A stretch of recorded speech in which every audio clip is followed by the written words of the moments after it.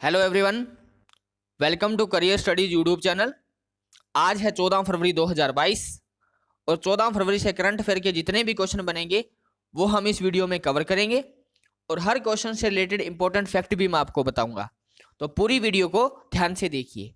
इस वीडियो की जो पीडीएफ फाइल है वो आप वीडियो के डिस्क्रिप्शन से डाउनलोड कर सकते हैं। तो चलिए स्टार्ट करते हैं फर्स्ट क्वेश्चन से।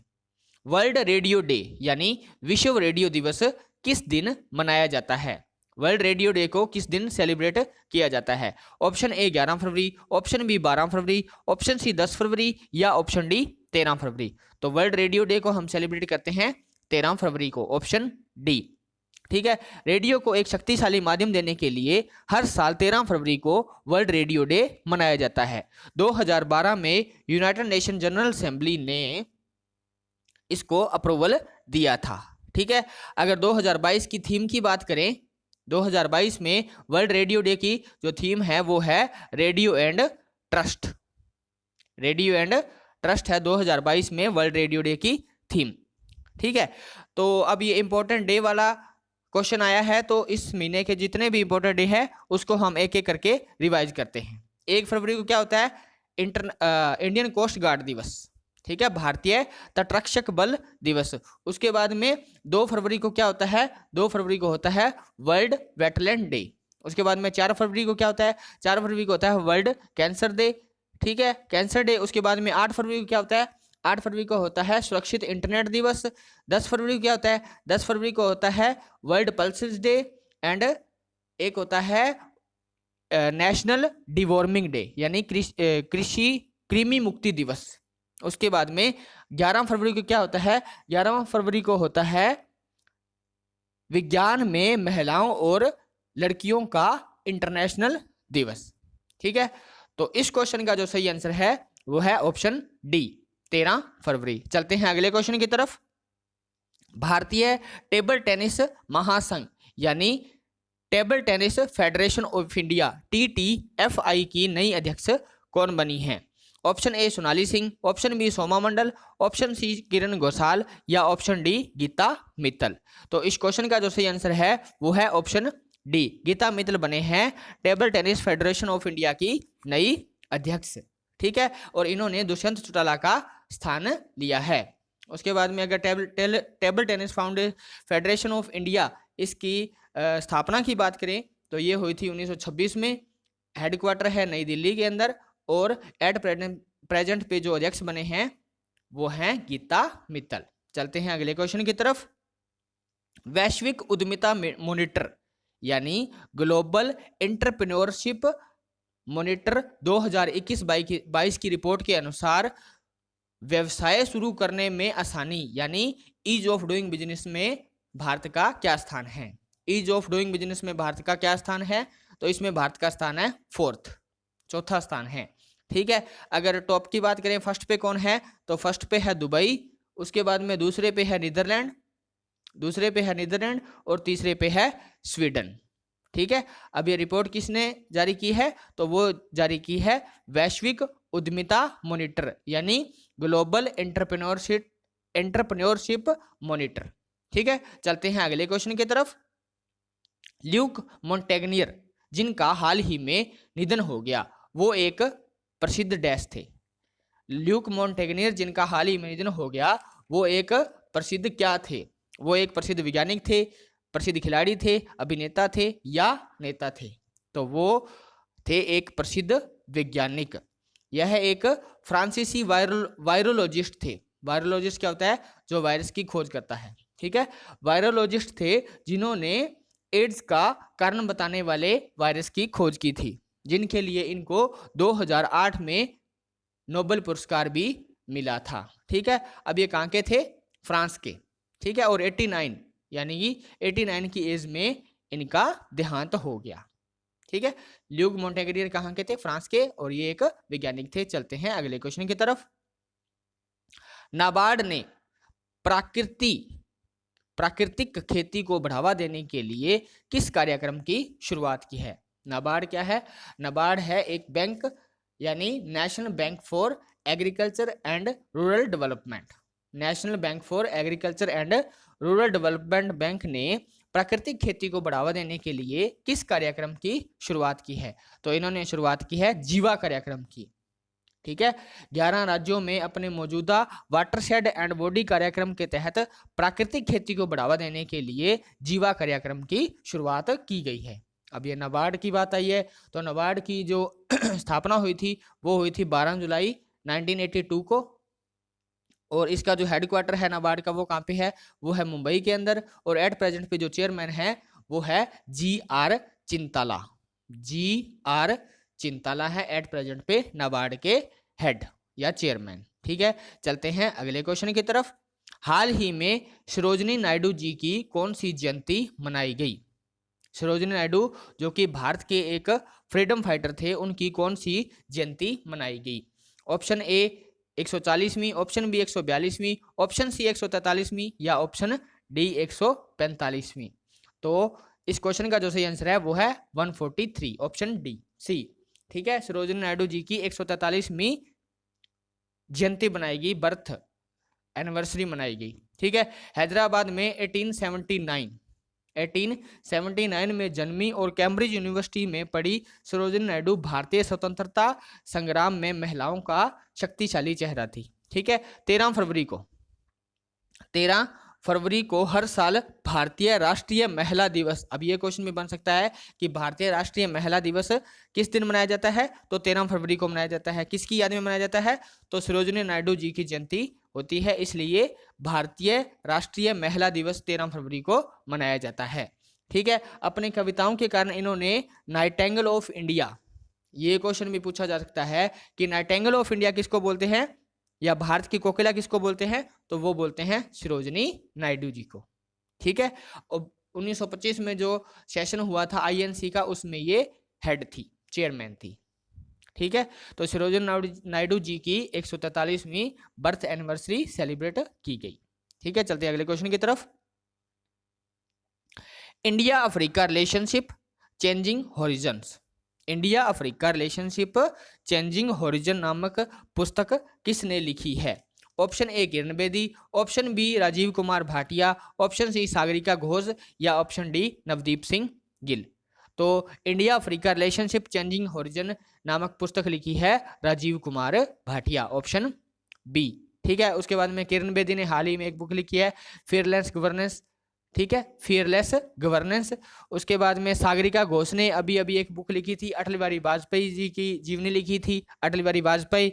उसके बाद में नवदीप सिंह गिल ने लिखी थी गोल्डन बॉय नीरज चोपड़ा। ठीक है, तो इस क्वेश्चन का जो सही आंसर है वो है ऑप्शन बी राजीव कुमार भाटिया। चलते हैं अगले क्वेश्चन की तरफ। केंद्र सरकार ने हाल ही में किस वर्ष तक कृषि क्षेत्र में डीजल को अक्षय ऊर्जा में बदलने का लक्ष्य रखा है?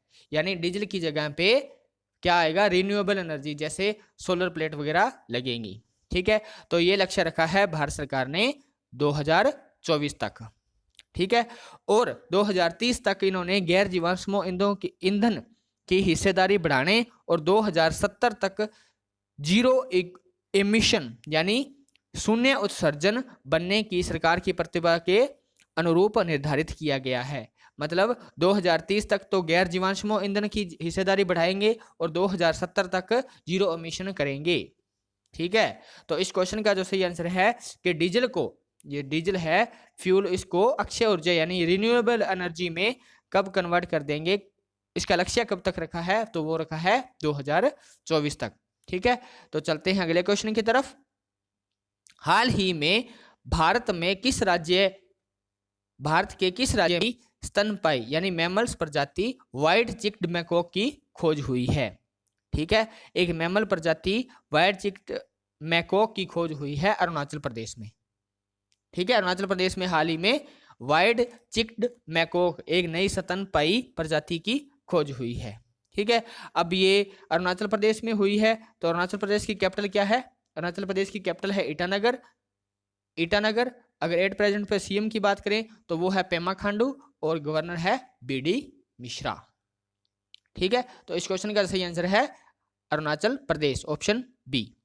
चलते हैं अगले क्वेश्चन की तरफ। हाल ही में किस एयरपोर्ट को ACI मतलब एयरपोर्ट काउंसिल ऑफ इंटरनेशनल का द वॉइस ऑफ कस्टमर पुरस्कार प्रदान किया गया। ठीक है, द वॉइस ऑफ कस्टमर पुरस्कार किस एयरपोर्ट को मिला है? Option A Chaudhary Charan Singh airport, option B Kempegowda airport, option C Rajiv Gandhi या option D Indira Gandhi airport. ठीक है, तो इस क्वेश्चन का जो सही आंसर है वो है option A Chaudhary Charan Singh airport, जो कि लखनऊ एयरपोर्ट है, लखनऊ का एयरपोर्ट है, उसको द वॉइस ऑफ कस्टमर पुरस्कार प्रदान किया गया है। ठीक है, उसके बाद में केम्पागौड़ा अंतर्राष्ट्रीय एयरपोर्ट ये कहाँ पे है?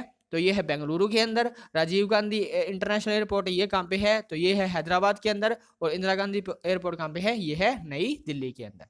ठीक है, तो द वॉइस ऑफ कस्टमर पुरस्कार किस एयरपोर्ट को मिला है? चौधरी चरण सिंह एयरपोर्ट, जो कि लखनऊ एयरपोर्ट है। चलते हैं अगले क्वेश्चन की तरफ।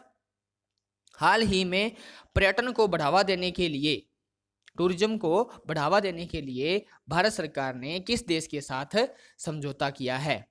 पर्यटन को बढ़ावा देने के लिए भारत सरकार ने समझौता किया है ऑस्ट्रेलिया के साथ। ठीक है, अब ऑस्ट्रेलिया की बात आई है तो ऑस्ट्रेलिया की जो कैपिटल है वो है कैनबरा, ऑस्ट्रेलिया की जो करेंसी है वो है डॉलर, और ऑस्ट्रेलिया के जो पीएम है एट प्रेजेंट पे वो है स्कॉट मॉरिसन। ठीक है, इस क्वेश्चन का सही आंसर है पर्यटन को बढ़ावा देने के लिए भारत सरकार ने ऑस्ट्रेलिया के साथ एग्रीमेंट किया है। चलते हैं अगले क्वेश्चन पे। हाल ही में भारत किस देश को आधार का अपना संस्करण लॉन्च करने में मदद करेगा? जैसे भारत का आधार कार्ड है वैसे ही उसी बेस्ड पे किस देश को आधार का अपना संस्करण लॉन्च करने में मदद करेगा? Option A Myanmar, option B Pakistan, option C Australia या ऑप्शन डी श्रीलंका। ठीक है, तो भारत श्रीलंका को अपना आधार का संस्करण लॉन्च करने में मदद करेगा। जैसे इंडिया में आधार कार्ड चल रहा है वैसे ही श्रीलंका में भी अपना खुद का संस्करण लॉन्च करेगा, इसलिए भारत सरकार श्रीलंका की मदद करेगा। ठीक है, उसके बाद में अब ये श्रीलंका पे बात आई है तो श्रीलंका की जो कैपिटल है वो है कोलंबो और जयवर्धनेपुरी कोटे। श्रीलंका की दो कैपिटल है, एक है कोलंबो, एक है जयवर्धनेपुरी कोटे। कोलंबो कमर्शियल कैपिटल है और जयवर्धनेपुरी कोटे जो है एडमिनिस्ट्रेटिव कैपिटल है। ठीक है, उसके बाद में अगर करेंसी की बात करें तो वो है श्रीलंकन रूपी, और एट प्रेजेंट पे जो पीएम है वो है महेंद्र राजपक्षे, और जो प्रेसिडेंट है वो है गोटबाया राजपक्षे। ठीक है, तो इस क्वेश्चन का जो सही आंसर है ऑप्शन डी श्रीलंका। चलते हैं अगले क्वेश्चन की तरफ।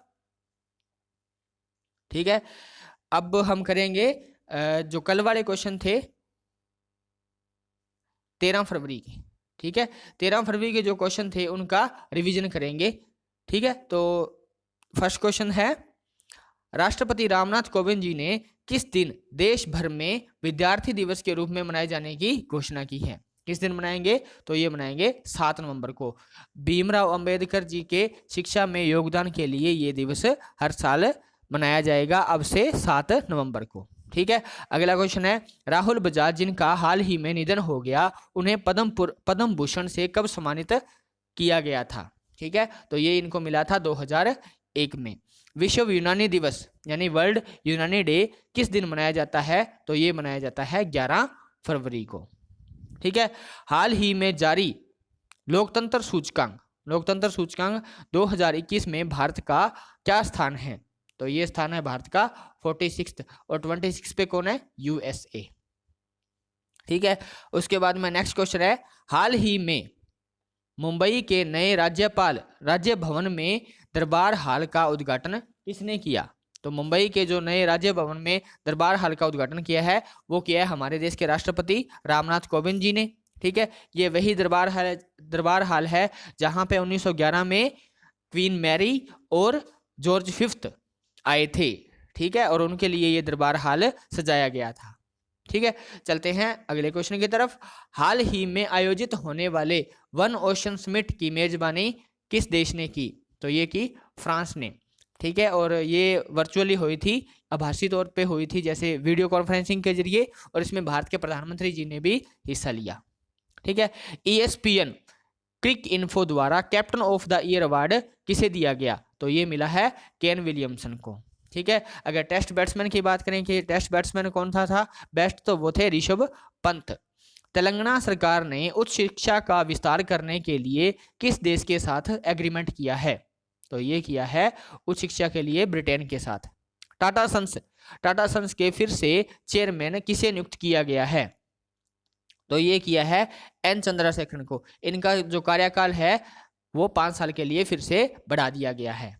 ठीक है, टाटा सन्स के फिर से चेयरमैन कौन बने हैं? एन चंद्रशेखरन। हाल ही में आईपीएल की नई टीम पंजाब किंग के बैटिंग कोच के पद से किसने इस्तीफा दे दिया?